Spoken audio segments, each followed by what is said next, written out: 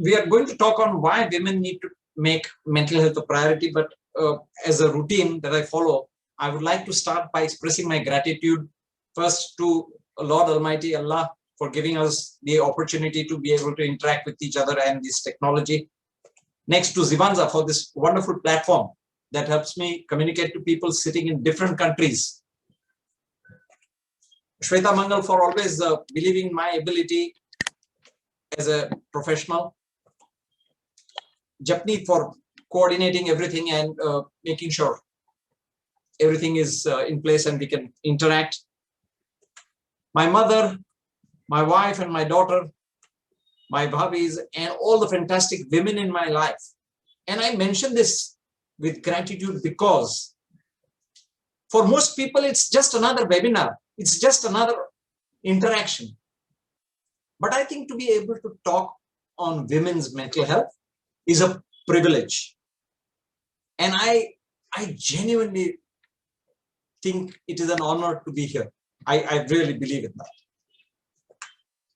Now, before I get started with my presentation, today evening, my son met with an accident, motorcycle accident, minor one, nothing serious. And somebody opened the door while he was still trying to stop somebody opened the door of the car right in front. And he fell down and, he came home, hurt, bruised a little bit. And he said that he didn't know he was capable of expressing such anger. To which my wife narrated that, "Beta, you are the son of the lady who, when she shouted in a bus, the driver had to stop the bus." So the power that women possess and the power and the energy that has given to them by God is amazing. I would like to go back in time, much before McDonald's, much before Amazon, much before internet, much before Egyptian civilization and Indus civilization, when man was prehistoric, when before history was recorded, and how there were specific roles even at that time. The women were the nest defenders. They used to stand outside the cave, making sure no wild animals entered the cave where the babies were resting. And the men went out hunting. If human existence on this planet is 24 hours, till 23 hours and 56 minutes, man had not acquired language. At 23 hours and 58 minutes, the history began, that recorded history. And in the last 2 minutes of our existence, if our whole day is 12-hour day, is when all the scientific progress happened. Last few seconds, actually, I would say. So our brains are tuned to being the way they are. Sorry. Now, I would just like to inform you here that the original prehistoric man was only concerned with survival. So for so many thousands of years, the brain became shaped in a particular way and served specific functions. Till only about 40 years ago, we thought that the male brain and the female brain are exactly similar. And we have just realized that that's not true. So we now have various investigations like the CT scan and MRI, through which you can see slices of the brain. There is a new technology called the Functional Mri, with which we have now been able to see which specific area of the brain does which specific function. And you know what? In understanding this, we have realized that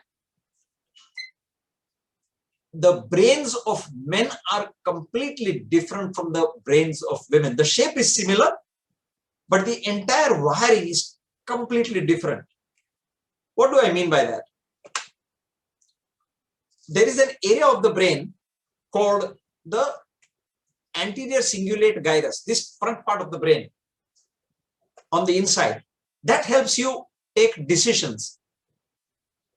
That is far better developed, has more carpet area in the brain in women than there is in the males. So they are effectively the decision makers, and every time the man in the house gets stuck, he turns to his wife or his mother or his daughter and says, you know, I'm in a dilemma, what should I do? Women have another quality, they have better memory than men. And that is why you see girls doing far better in school, early school, than boys do academically. But this good memory also has a drawback. Because of this great memory, women can't let go of the past, their misfortune, the misdeeds, or any injustice. They tend to remember this and dwell on it, whereas the man will say, oh, did that happen? So that is because of a better developed hippocampus in women than in men. Also, the way we deal with stress. Women tend to talk about their problems, and men prefer to be quiet when faced with problems. The number of words, gestures expressed per day by men, an average man, is 7,000 words, whereas with women, it's about 20,000 words. So the woman always feels that, you know, why does my husband keep quiet? Why does he not express himself? She pushes the man to keep expressing himself, and the man is quite happy staring away into space. When he's stressed, he looks away. He keeps staring at an empty screen or the phone, but they don't prefer to talk much, whereas women express their stress by talking. That is because women have better developed speech areas. Also, women are more emotionally expressive and receptive. So not only do women, because of their role of being a nest defender, they used to wait outside the cave, and they should be very observant about any change in the environment. It could be a snake coming in, or a small insect, or a scorpion coming in. So they were very perceptive. And that perceptiveness has persisted till today, compared to a man whom you could lie to, and the man will not know that he has been lied to. That's because of the limbic system, a part of the brain that takes care of your emotions. So essentially what I'm saying is, women are very well endowed in their brains, but these understandings are recent and new, and a lot of people are still unaware of these facts. This also puts women at a much higher risk of developing emotional problems. Women are not just half the population. Women are the source, not the reason, but the source for the existence of any of the population. And though the part of the brain that connects both the hemispheres of the brain, the corpus callosum, is better developed in the women, and therefore they are able to do multitasking. They can do many things at one time.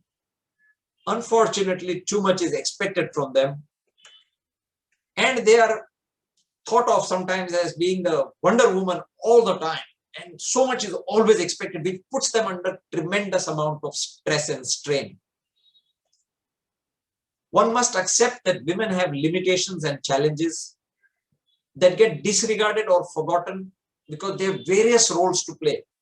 Somewhere a woman is a mother, somewhere a caretaker, a matriarch, and the kind of roles they play. And now the gender roles are also getting thinner, because women are working, women are, you know, there are single women bringing up families and taking care of an extended family. All this puts too much of strain on the woman. I have been practicing for 25 years, and in these 25 years, the one thing that I have noticed is that the number of women coming to me for treatment do not come to me immediately after onset of symptoms. Yes, you'll be surprised they don't reach in a few weeks or a few months. A good majority of them reach me or reach any doctor at least 2 to 30 years after the onset of their difficulties. And that is a cause for concern. Usually, a lot of these problems have started around before or after childbirth, during pregnancy or after childbirth, and they are completely missed. Why? Because the woman is told, oh, now you're a mother, you have to put up with all this. But look after the child, you know. Child is more important. You are the responsible person in the family. Everything depends on you. How can you be selfish? No, you ignore your feelings, ignore what is happening to you, and Start caring for the baby. That's just how you have to carry on, regardless of how people treat you in the other family, in the in-laws, or whatever problems the woman has.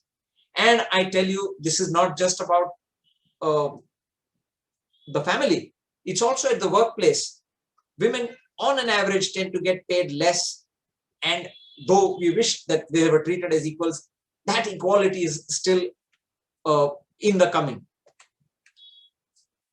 We all experience difficult times in life. It could be a failed romance. It could be a death in the family, serious illnesses, failure at examinations, problems with relationships, stresses at the workplace, challenges of maintaining extended family ties. The males are least concerned about how relations are being maintained. It's the woman who looks after this responsibility.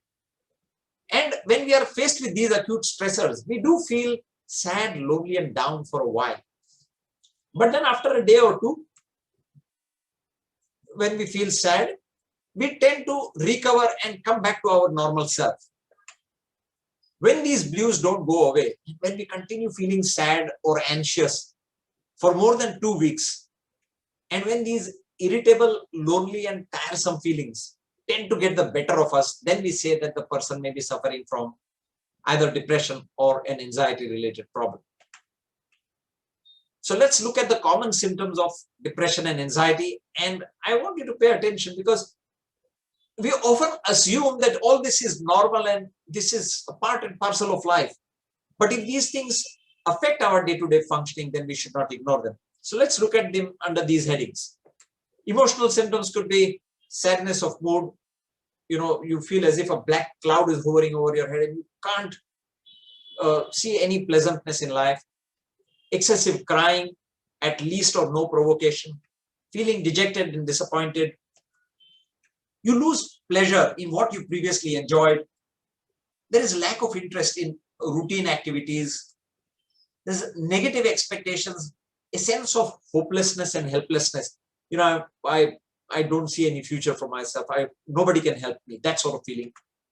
A sense of guilt, blaming oneself for all the things that are not going right in life. These are all thinking symptoms.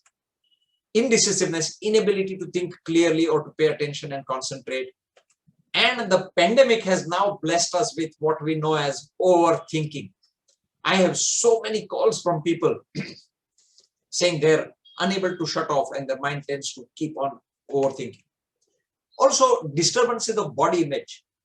One is not satisfied with the way one is and keeps comparing oneself with others. A low self-evaluation. I wish I was more like so-and-so. I can't even do this. I'm just not good enough for. And the person tends to start losing motivation, not feeling like doing anything. If all this is not attended to, the person may end up even getting thoughts to end life. Then there are the physical symptoms where the person tends to be slowed down. There is a slowing in thinking, doing, and there is a laziness or lethargy that one experiences. One stops caring for one's own self. There is a restlessness, there is an anxiety, there is a whole lot of nervousness and agitation that one experiences. And if anxiety worsens, one can even experience palpitations and breathlessness, shortness of breath. When all these anxiety symptoms occur in high magnitude over a very short period of time, maybe lasting for just few minutes, they suddenly appear and like a bolt of lightning, then they disappear. And these people, when they are brought to the hospital, the doctors evaluate them and find nothing wrong. But when a second attack of panic comes in, then the person starts feeling very helpless. They end up going to their family physician with various complaints, which are attended to by giving some painkillers, but the patients do not experience any genuine relief. Commonest complaints that patients with anxiety and depression present with are headache, backache, body ache, digestive disorders. Any number of investigations, blood tests and x-rays done with these patients will come out as absolutely normal. They've been given medication, but no relief. Because these problems are physical expression of psychological discomfort. There is no genuine physical ailment as such. But this is the way the mind's problems are pushed onto the body. Patients may experience tingling or numbness in any part of the body. Sleep may be disturbed. There may be difficulty falling asleep, have numerous interruptions while asleep, wake up much earlier than their usual time, not feel fresh on getting up in the morning. Or some people may be excessively drowsy during the day and night. Appetite may be lost. People may have less hunger and therefore lose weight, or may have increased appetite and may end up gaining weight. There may be a loss of interest in sexual activity as well. Unfortunately, with our culture being what it is, instead of recognizing these as medical problems, these patients are often referred to faith healers, who again add to the burden by giving a long list of prayers and rituals which are very difficult for these patients to follow, adding to their guilt.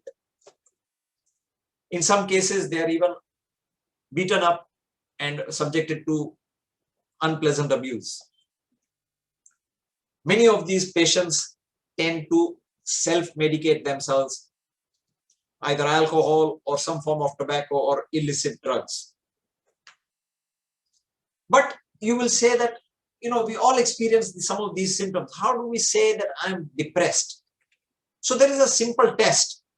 There is a simple understanding.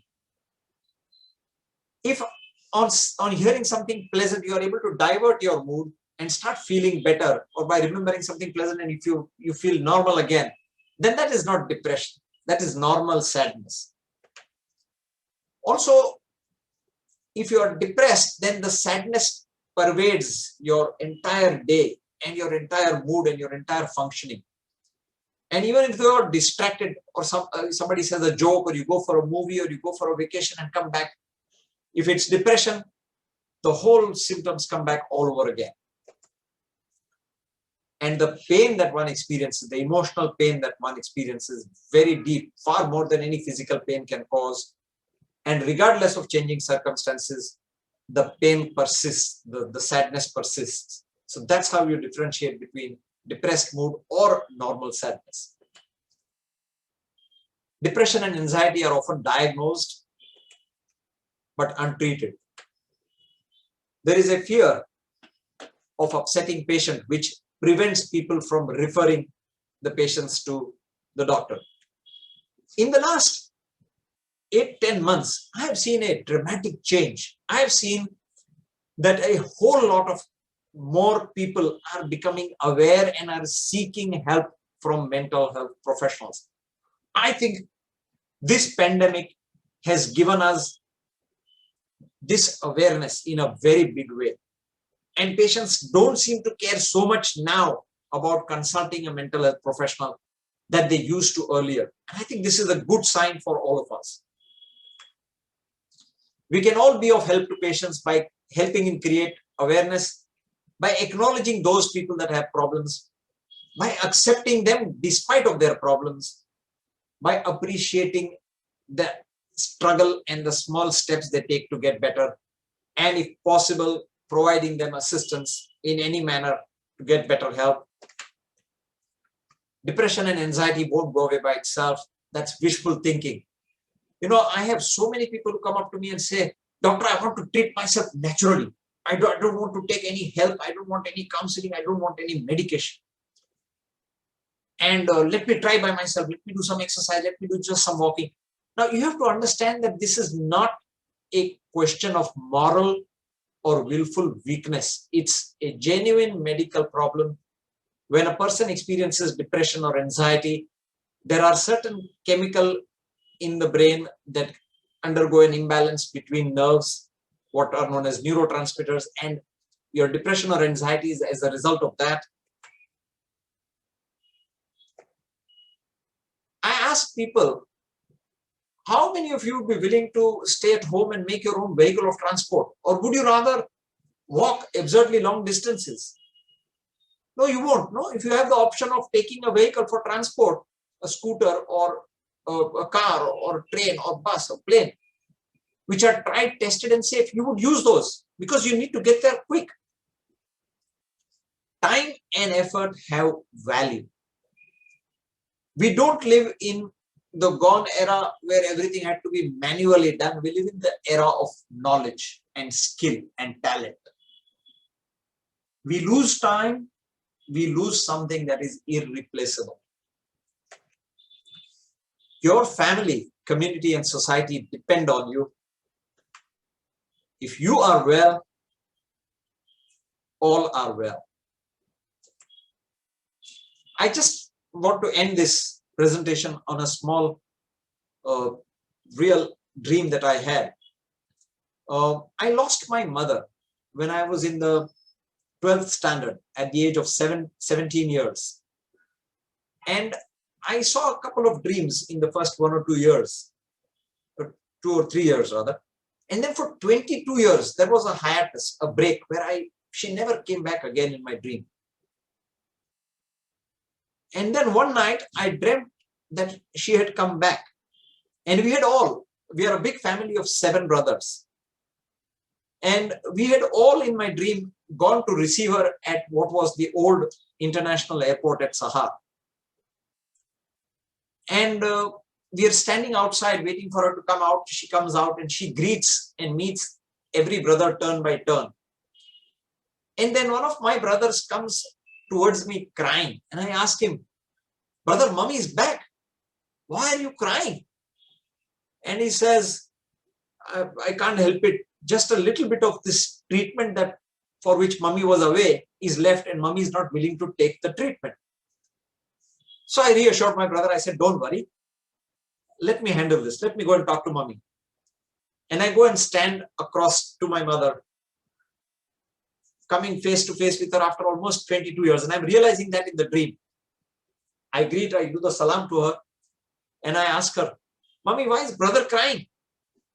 And she says, "Beta, your brother wants me to go back and take some more treatment, which I'm not ready for." And I asked her, "Why not, Mummy?" She says, "Beta, now I'm too tired. I am too sad. And I just don't feel like going back. I don't feel like doing anything at all." The moment I heard the word sad, my eyes lit up. I said, "Mom, I know a doctor who treats sadness. And if I know for sure that if I take you to him, he's very popular. A lot of people in Bombay go to him. Even some religious priests take treatment from him. If I take you to him, he will not refuse to treat you." My mom put her hand on my shoulder and said, "Beta, son, is it even possible to treat something like sadness? You must be joking."